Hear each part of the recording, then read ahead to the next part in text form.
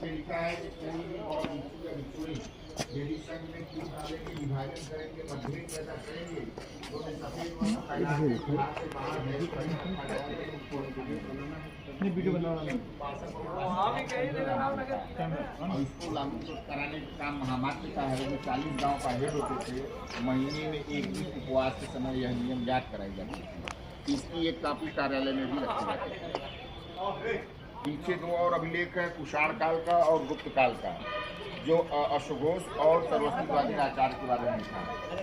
1194 में यह तोड़ दिया गया था, 7 भाग में टूट गया था और 700 साल तक मिट्टियों के नीचे था। 15 मार्च 1905 को जर्मनी का जो इंजीनियर था एफओ आर्टेर, उसने उत्खनन करके ये निकाला।